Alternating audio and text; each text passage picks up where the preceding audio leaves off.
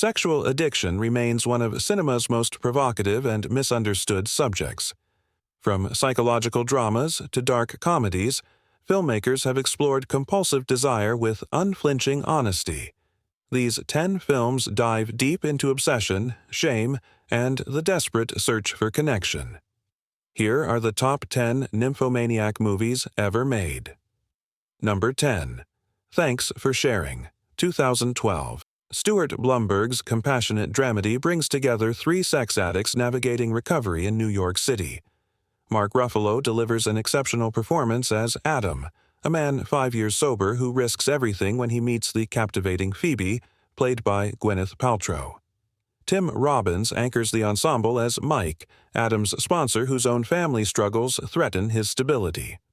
Josh Gad provides both comic relief and genuine pathos as Neil, a newcomer who refuses to take his addiction seriously. Pink makes a memorable dramatic debut as Dee Dee, bringing raw vulnerability to her scenes. What distinguishes this film from darker explorations of the subject is its warmth and humor. The screenplay treats addiction as a genuine illness while finding moments of absurdity in recovery culture. Ruffalo's transformation when sexual thoughts overtake him is both terrifying and deeply human, showcasing why he remains one of his generation's finest actors. Number 9.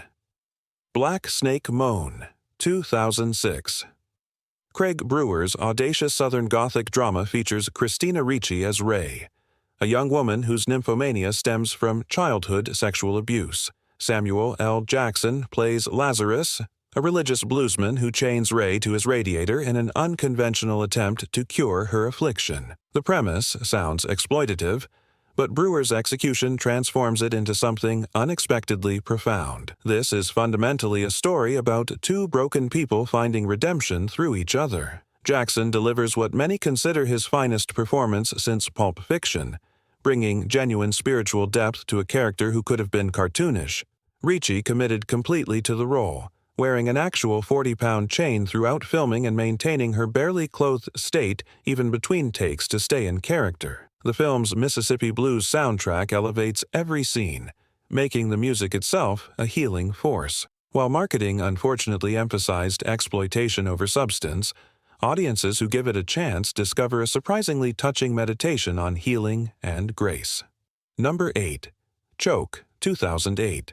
Based on Chuck Palahniuk's novel, this dark comedy stars Sam Rockwell as Victor Mancini, a sex addict who finances his mother's medical care through an elaborate scam. He deliberately chokes in upscale restaurants, manipulating Good Samaritans into feeling responsible for his well-being and sending him money. Clark Gregg's directorial debut captures Palahniuk's signature blend of transgression and tenderness. Rockwell excels at playing damaged anti-heroes, and Victor ranks among his most complex creations. Angelica Houston brings heartbreaking fragility to his demented mother, whose lucid moments reveal secrets that shatter Victor's understanding of his own identity. The film explores how childhood trauma manifests in self-destructive patterns, treating Victor's compulsion as both comedy and tragedy. His attendance at sex addiction meetings, where he sneaks out for encounters, perfectly encapsulates the addict's constant negotiation between desire and recovery. While not as commercially successful as Fight Club, Choke offers similarly subversive insights into American dysfunction. Number 7. 9.5 Weeks, 1986.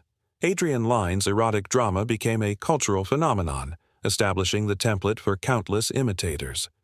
Mickey Rourke plays John, a mysterious Wall Street trader who initiates art gallery employee Elizabeth, played by Kim Basinger, into increasingly intense sexual games. The film works because it treats the relationship as genuinely dangerous rather than merely titillating. John's need for control escalates throughout their 9.5-week affair, pushing Elizabeth toward psychological breakdown. Basinger delivers a brave performance, capturing both the intoxication and the gradual erosion of her character's sense of self. Lyne shot the film sequentially so Basinger's real exhaustion would translate on screen. The director's manipulation of his actors mirrors John's manipulation of Elizabeth, creating an uncomfortable authenticity. While the food scene and striptease became iconic, the film's real power lies in watching 2 people destroy each other through desire. Its influence echoes through everything from Basic Instinct to 50 Shades of Grey. Number 6. Don John, 2013. Joseph Gordon-Levitt's directorial debut tackles pornography addiction with surprising wit and insight. He plays John, a New Jersey bartender whose friends call him Don John for his romantic conquests, yet he finds real sex disappointing compared to internet pornography. Scarlett Johansson subverts her glamorous image as Barbara, John's girlfriend whose romantic movie obsession proves equally unrealistic. Their relationship fails because both pursue fantasies rather than genuine connection. Julianne Moore provides the film's emotional center as Esther, an older woman who teaches John what real intimacy means. The film's genius lies in paralleling John's porn addiction with Barbara's addiction to romantic comedies. Both represent unhealthy expectations about relationships, delivered by media that profits from dissatisfaction. Gordon-Levitt's script never lectures, instead finding humor in John's obliviousness while treating his condition seriously. The repetitive structure mirrors addiction itself, showing how compulsive behavior traps us in cycles we barely recognize. Number 5. Secretary, 2002. Steven Shainberg's unconventional romantic comedy explores BDSM through the relationship between self-harming Lee Holloway and her demanding boss, attorney E. Edward Gray. Maggie Gyllenhaal and James Spader deliver career-defining performances in roles that could have been disastrous in lesser hands. Gyllenhaal transforms Lee from fragile victim into empowered woman discovering her authentic self. Her submissive relationship with Gray actually provides healthier expression than her previous self-mutilation. Spader brings characteristic intensity to Gray, revealing his dominance as equally rooted in psychological need. The film refuses to pathologize its characters, instead presenting their dynamic as genuine love story. Roger Ebert praised Shainberg for approaching sadomasochism with stealthy tread, avoiding both exploitation and judgment. The climactic sequence, where Lee sits motionless at Gray's desk for 3 days awaiting his return, becomes unexpectedly moving. Secretary argued that unconventional desires, when practiced consensually, can be legitimate expressions of intimacy. Number 4. Looking for Mr. Goodbar, 1977. Richard Brooks' controversial drama stars Diane Keaton as Teresa Dunn, a dedicated teacher of deaf children who spends her nights cruising bars for dangerous sexual encounters. Based on Judith Rosner's novel, itself inspired by the real 1973 murder of schoolteacher Roseanne Quinn. Keaton completely transformed her image, moving from Woody Allen comedies to unflinching psychological drama. Her Teresa is neither victim nor villain, but a complex woman whose Catholic upbringing and childhood illness created deep wounds she seeks to fill through increasingly reckless encounters. Richard Gere and Tom Berenger made early career appearances as men she pursues. The film captures 1970s New York's singles scene with documentary authenticity, its disco soundtrack pulsing beneath mounting dread. Brooks refuses easy explanations, leaving viewers to grapple with Teresa's choices and their devastating consequences. The shocking finale remains one of cinema's most disturbing endings, a gut punch that sparked national conversations about female sexuality and danger. Number 3. The Piano Teacher, 2001.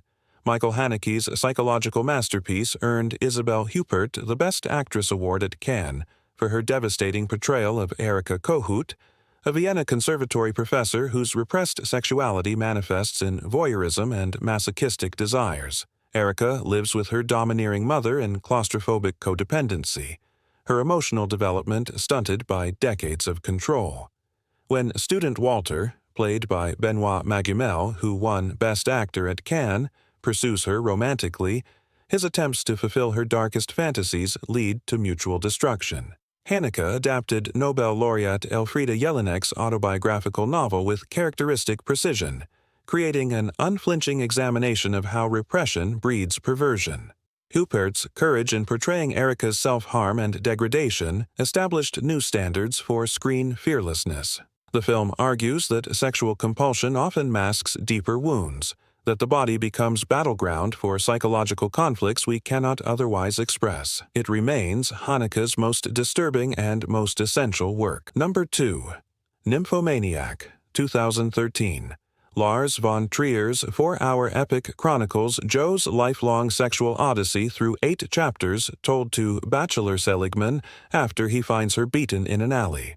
Charlotte Gainsbourg and Stacey Martin share the role across different ages, supported by an extraordinary ensemble including Stellan Skarsgård, Shia LaBeouf, Jamie Bell, Uma Thurman, and Willem Dafoe. Von Trier structures the film as philosophical dialogue, with Seligman finding parallels between Joe's experiences and fly fishing, mathematics, and music theory. This intellectual framework elevates explicit content into meditation on desire, addiction, and female sexuality. Thurman's single scene as a betrayed wife remains the film's most acclaimed sequence, darkly comedic and utterly devastating. The director treats Joe's nymphomania with unprecedented seriousness, neither condemning nor celebrating her compulsion. Her journey encompasses love, loss, violence, and ultimately a disturbing form of redemption. Critics who expected pornography found instead a treatise on what it means to be governed by appetites we cannot control.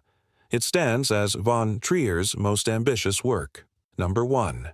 Shame, 2011.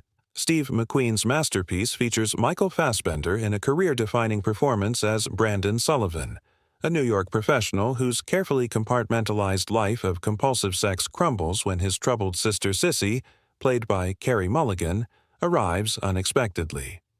McQueen never explains Brandon's addiction or offers easy resolution. Instead, he observes with documentary precision as Brandon navigates meaningless encounters, unable to maintain genuine intimacy. Fassbender bears everything, physically and emotionally, showing how Brandon's need actually isolates him from human connection. Mulligan's rendition of New York, New York, in a single unbroken take ranks among cinema's most heartbreaking moments.